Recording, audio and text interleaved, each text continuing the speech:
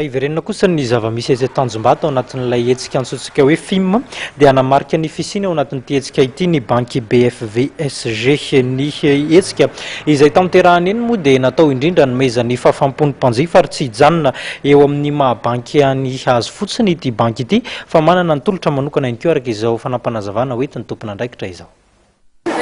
Société Générale zany dia aty amin'ny film mandritra ny efatrandro manomboka androany 12 May satria akoatran'ny fampindramam-bola soafeno izay anaovanay tolotra manokana sy ny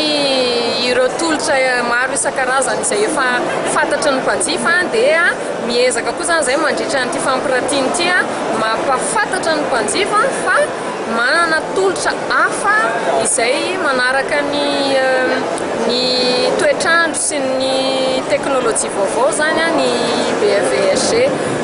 Tanisaiko kely angambany ambanivoangony ny ohatra ny service akaiky banky izay natao ho an'ireo olona izay tsy te hivezivezy any amin'ny Masivo na makany amin'ny guichet fa te azo avy hatrany kahamany amin'ny findainy dia naiza misy anazy eto Madagasikara dia afaka mampiasa ny volany izy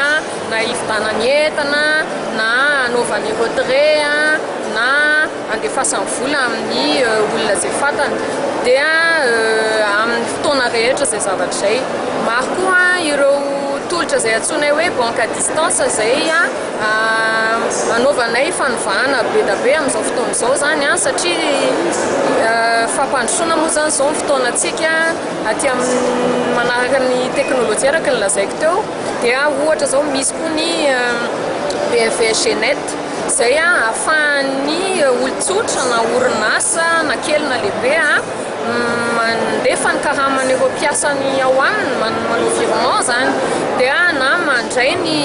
paiement ny encaissement ny client na mipaye ny fournisseur-ny amin'ny internet. Dia akoatran'izay koa ny mesaly azy efa fantatritsika azahoana ny mouvement créditeur sy ny solde zany hoe tsy voatery makany amin'ny Masivotsiny zany ny mpanjifa fa mandray ny solde any ao amin'ny telefônina ny par SMS fotsiny dia io tolotra io koa zany nezahanay nampiroboroboana tamin'ity taona ity novainay zany